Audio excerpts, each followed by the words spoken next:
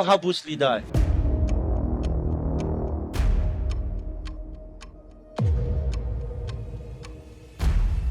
20th, 1973, Bruce Lee died tragically at the age of 32. The official cause of death, a fatal reaction to aspirin. Bruce Lee, o personagem mais icônico das artes marciais no século passado, era conhecido mundialmente por seu incrível condicionamento físico e técnicas de ação. Quando Bruce Lee estava prestes a se tornar uma estrela global, ele morreu cercado por circunstâncias polêmicas. Mais de 50 anos após sua morte, a estrela de ação internacional Jackie Chan, um dos protegidos de Bruce Lee, esclarece as circunstâncias por trás da morte de seu mentor, respondendo às principais dúvidas que cercam o falecimento de Bruce Lee. Por que ninguém pensou em fazer uma autópsia para desvendar a morte repentina de Bruce Lee? Qual o papel que sua família teve em alimentar os rumores de que algo estava errado? Bruce Lee teria sido assassinado por membros do submundo de Hong Kong? Fique conosco neste vídeo revelador em que Jackie Chan cai no choro e saiba por que a morte de Bruce Lee não foi nada do que as autoridades disseram. Mas antes de começarmos, deixa eu te apresentar o fone AlphaPod Pro. Muito leve e confortável, ele possui graves profundos e agudos nítidos graças à sua tecnologia Turbo Bass. Com ele você pode escutar 7 horas de música sem precisar recarregá-lo, e é totalmente à prova d'água. Ele também funciona como um power bank para carregar seu celular. Esse fone, sem dúvidas, é a melhor opção para quem procura uma experiência de áudio premium. Peça já o seu na loja Cloud Importados, usando o nosso cupom REALIDADE10 e ganhe um super desconto. O link está na descrição. A morte súbita e inesperada de Bruce Lee, uma lenda das artes marciais, chocou o mundo todo. Lee, que estava prestes a atingir o estrelato global com seu primeiro grande filme de Hollywood, morreu cercado por circunstâncias questionáveis. Desde aquele trágico dia, há quase 50 anos atrás, especulações giram em torno da causa exata da morte prematura de Lee. O nome Bruce Lee automaticamente evoca imagens de força, agilidade e prestígio, todas as quais faziam parte de como o mundo enxergava o artista. Nascido em São Francisco, Califórnia, em 1940, filho de pais cantoneses, Lee foi criado em Hong Kong depois que sua família voltou para a China quando ele tinha apenas 3 meses de idade. O pai de Bruce Lee, Lee Hoi-Chuen, era um famoso cantor de ópera e ator de cinema. Portanto, Bruce Lee já havia aparecido em cerca de 20 filmes chineses ainda criança. O extrovertido Bruce Lee era atlético e envolvido nas cenas locais de dança, cha-cha-cha e lutas em telhados. Esse grande interesse pelos movimentos corporais o levou a estudar artes marciais sob a orientação do lendário mestre de Wing Chun, Ip Man, aos 14 anos de idade. Após o ensino médio, Bruce mudou-se para Seattle, onde estudou teatro e filosofia na Universidade de Washington. Em 1959, ele trabalhava ensinando artes marciais e fazendo bicos para sobreviver. Foi nessa época que Bruce desenvolveu seu estilo de artes marciais, Jeet Kune Do. Isso foi uma ruptura com a tradição, incorporando a praticidade, flexibilidade e sua experiência inicial em esgrima e boxe. Com o estilo, Bruce introduziu uma nova visão nas artes marciais. Após seu casamento com Linda Emery em 1964, Bruce continuou a ensinar artes marciais e abriu sua primeira academia em Seattle, chamando atenção por seu estilo de ensino único. Quando adolescente, Lee era conhecido por se envolver em lutas em telhados, onde enfrentava escolas rivais de artes marciais de Hong Kong. Apesar dos oponentes muitas vezes serem maiores que ele, diz a lenda que Lee vencia uma luta atrás da outra com seus golpes rápidos como relâmpagos. Ele se movia como uma serpente e terminava as disputas em segundos. O dublê Gene LeBell lembra de uma ocasião em que Lee calou a boca de um dos figurantes que o desafiou no set. Ele nocauteou o ousado oponente após vários socos intensos. Bruce participou e surpreendeu os espectadores do Campeonato Internacional de Karatê de Long Beach, em 1964, que abriu portas para ele demonstrar seu estilo único nas telas. Primeiro veio seu papel na série de TV O Besouro Verde, que mais tarde atraiu a atenção de grandes produtores de cinema de Hong Kong. Esse papel rendeu a ele um contrato para gravar 2 filmes com a produtora chinesa Golden Harvest. Depois de dar uma demonstração de artes marciais na competição de karatê, Lee foi desafiado pelo faixa preta Vic Moore. Moore lançou um chute poderoso mirando direto na cabeça de Lee, mas Bruce desviou sem muito esforço. Lee então contra-atacou com uma velocidade impressionante, acertando um soco bem perto do rosto de Moore. Moore depois admitiu: "Eu sabia que estava totalmente superado." Mesmo os artistas marciais de alto escalão ficavam no chão para o nível excepcional de Lee. O medalhista de ouro do judô, Bud Shinohara, se lembra de ter lutado com Lee depois de uma aula. Eu o agarrei e Bruce simplesmente não estava lá. Ele escapou instantaneamente. Antes que eu percebesse, ele deu uma rasteira com o pé que me mandou direto para o chão. Shinohara ficou impressionado com as habilidades sobre-humanas de Lee. O Dragão Chinês e a Fúria do Dragão, lançados em 1971 e 72, lançaram Bruce ao estrelato na Ásia. O Voo do Dragão, filmado em Roma, continuou sua escalada. Operação Dragão foi coproduzido pela Warner Brothers e pretendia introduzir o gênero nas principais bilheterias do Ocidente. O filme seria a virada de jogo para Lee e para as artes marciais em todo o mundo, mas poucos dias antes do lançamento de Operação Dragão, Bruce Lee morreu devido a uma reação alérgica a medicamentos. Ele tinha apenas 32 anos de idade. A morte prematura de Bruce Lee, envolta em mistério, continua a levantar dúvidas até hoje. A causa oficial foi um edema cerebral, que é um inchaço do cérebro. O relatório afirmava que Lee teve uma reação adversa a um medicamento analgésico que ele havia tomado para uma dor de cabeça. Este relatório parecia muito estranho para o sempre ativo Bruce Lee. Algumas pessoas acreditavam que Lee havia sido assassinado pela Tríade de Hong Kong, uma poderosa organização criminosa conhecida por todos os tipos de crimes, incluindo tráfico de drogas, contrabando e lavagem de dinheiro. Mas o que um íntegro ícone do cinema teria a ver com o submundo do crime asiático?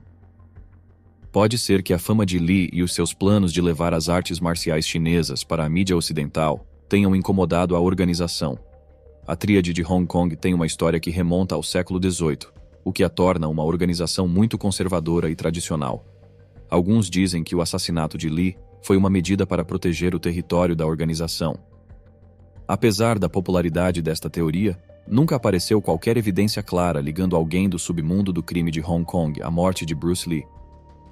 Bruce já havia desmaiado em Hong Kong um ano antes. Os médicos também atribuíram este incidente a uma reação à medicação. No entanto, esta tendência a desmaios em Hong Kong parece muito suspeita para ser normal. Membros da família de Bruce Lee também contribuíram para o mistério. Sua esposa contou sobre a obsessão por experimentar líquidos e pós meses antes da sua morte. Ela afirmou que ele queria desesperadamente desenvolver um novo tipo de suplemento nutricional. Esta revelação colocou muitas dúvidas na mente dos fãs e parceiros de negócios de Bruce. Seria alguma dessas substâncias a causa dos problemas? Teria Lee tomado um pó misterioso no dia em que morreu? Para piorar a situação, a morte de Bruce Lee não foi minuciosamente investigada quando aconteceu. A polícia não realizou uma autópsia. O relato do médico sobre a aspirina foi suficiente para eles, o que era inédito para uma estrela do seu nível, que morreu sob circunstâncias misteriosas. Isso apenas aprofundou ainda mais as incertezas em torno da morte prematura de Lee. De volta aos Estados Unidos, havia rumores de que o envolvimento de Bruce Lee em Hollywood e sua ascensão meteórica como um asiático em 1970 fez dele um alvo. Também é possível que Lee tenha descoberto algum segredo obscuro sobre os poderosos de Hollywood, e eles queriam mantê-lo calado a qualquer custo. Não há dúvida de que Hollywood é uma teia de segredos. Recentemente surgiram especulações sobre o fato de que a rigorosa rotina de treinamento de Bruce pode ter contribuído para o adoecimento do seu corpo. Especialistas médicos afirmam que o treinamento excessivo de Lee poderia ter prejudicado fatalmente sua saúde de formas que não foram totalmente compreendidas na época. Alguns dizem que essas condições podem ter se combinado, levando a uma altíssima temperatura corporal. Uma análise recente da rotina de treinamento de Lee mostra os limites extremos aos quais ele se impunha. Ele acreditava em chocar constantemente o corpo para estimular o crescimento, explicando que o físico precisava refletir o espiritual. Ele desenvolveu métodos de treinamento inovadores, utilizando equipamentos simples, como faixas de resistência, coletes com pesos e uma máquina de exercício projetada por ele mesmo, que usava polias e correntes para exercícios em posturas dinâmicas que movimentavam todo o corpo. Seu treinamento de pernas ultrapesado envolvia agachamentos profundos com mais de 136 quilos nas costas. Isso pode ter contribuído para seus problemas recorrentes nas costas, com especialistas desaconselhando sobrecarregar a coluna com uma carga tão pesada. Lee também experimentou muitos suplementos: proteína em pó, vitaminas e shakes feitos de ingredientes como pólen e algas. Também há rumores de que ele consumia cerca de 30 a 40 bombas de vitaminas todos os dias, além de estimulantes. Ele mencionou certa vez estar usando efedrina para perder peso antes dos filmes. E também foi um dos primeiros a adotar o estimulador muscular elétrico para intensificar os treinos. Mas seu treinamento pioneiro entrou em conflito com as evoluções da ciência do esporte. Sem dúvida, sua morte deixou um vazio permanente no cinema, na cultura e nas artes marciais. 50 anos após sua morte, o impacto de sua vida continua a reverberar na cultura até hoje. Antes de Bruce Lee, os atores asiáticos eram basicamente inexistentes nos filmes de Hollywood de grande orçamento. Lee foi fundamental para quebrar essas barreiras raciais e abrir caminho para a representação asiática nos grandes filmes. Com suas performances hipnotizantes, ele chamou a atenção dos executivos de Hollywood, que queriam lucrar com seu estilo único. Seu treinamento como ator o tornava um protagonista experiente, que podia dar profundidade aos personagens. Com isso, ele demonstrou uma presença imponente na tela, a par de grandes estrelas, e abriu a Ásia para o mundo ocidental como um público viável que valia bilhões de dólares. Já em 1973, a Warner Brothers deu um passo ousado ao escalar Lee como o personagem principal de Operação Dragão. O filme, que arrecadou 25 milhões de dólares em bilheteria, não só provocou um crescimento nas artes marciais, mas também teve um importante papel na remodelação das percepções globais sobre a masculinidade asiática. Seu físico mostrava confiança, força e maestria, o que contrapunha o estereótipo dócil e subserviente até então atribuído aos asiáticos. Além de suas façanhas ao quebrar essas barreiras, Lee redefiniu as coreografias dos filmes de ação. Seu atletismo e profunda compreensão da filosofia das artes marciais resultavam em sequências de luta nunca antes vistas. O estilo de artes marciais dele fundia movimentos de diferentes disciplinas, capturando a atenção do público. Ele foi capaz de transmitir drama através do combate, demonstrar um firme controle corporal e se mover com velocidade. Em outras palavras, ele redefiniu até onde os filmes de ação podiam ir. Antes de Lee, as artes marciais foram uma prática envolta em segredo por séculos.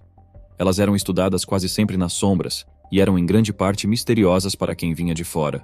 Os filmes de Lee mostraram o poder e a disciplina necessários para dominar as artes marciais. Com isso, os números de alunos interessados em aprender karatê, kung fu e taekwondo dispararam com uma nova geração de jovens comprometidos a aprender a disciplina das artes marciais. Sem dúvida, um dos impactos mais importantes de Lee na cultura foi sua ênfase nos aspectos espirituais, mentais e de construção de caráter das artes marciais. Seus princípios iam além do domínio das técnicas físicas, mostrando uma abordagem holística para que o público apreciasse a profundidade e riqueza das antigas tradições das artes marciais. Bruce Lee reapresentou ao mundo as artes marciais chinesas de sua infância, incluindo o Wing Chun, Shaolin do Norte e Tai Chi.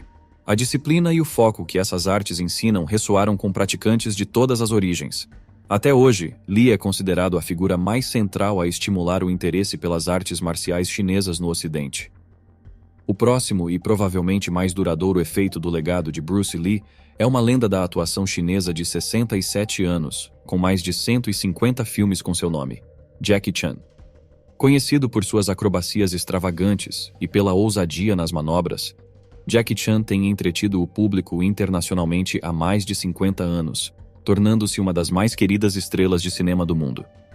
Sua jornada começou humildemente em Hong Kong, antes de chegar à fama através da perseverança e da inovação.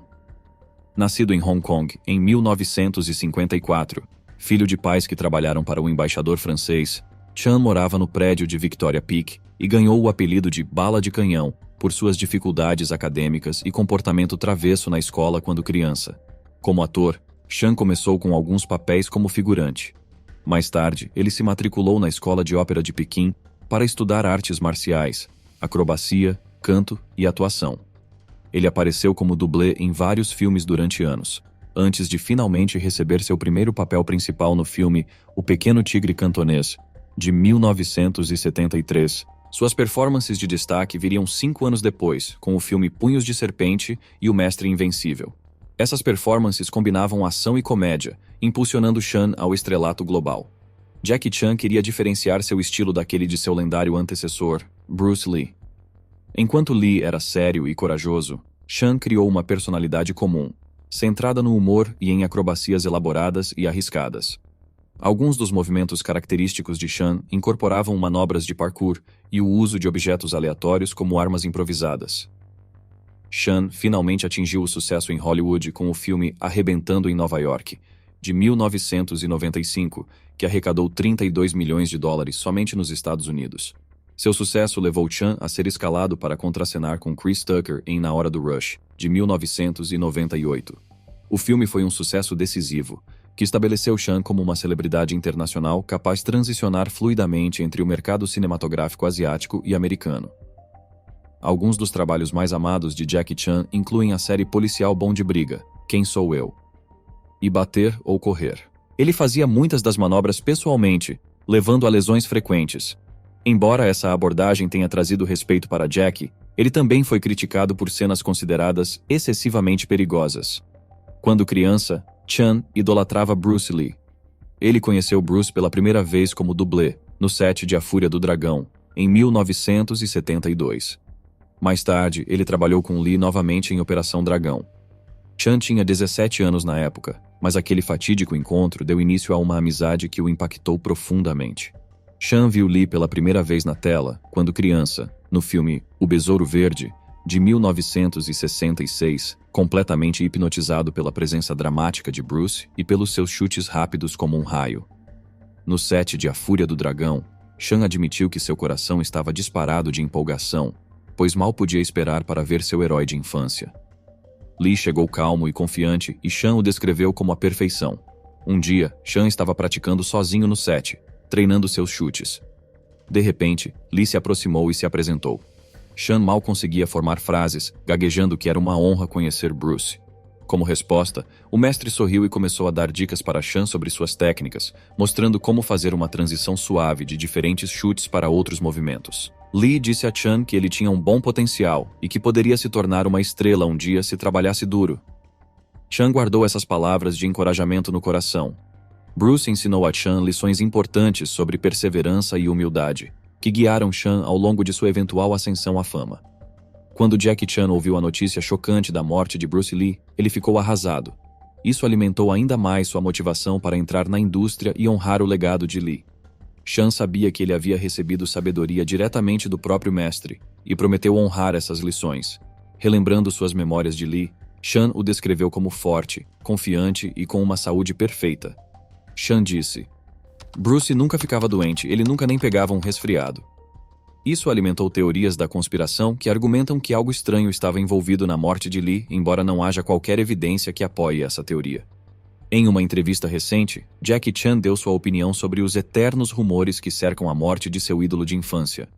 Ele afirmou que o público foi informado que Lee simplesmente desmaiou, que estava em coma e que nunca acordou.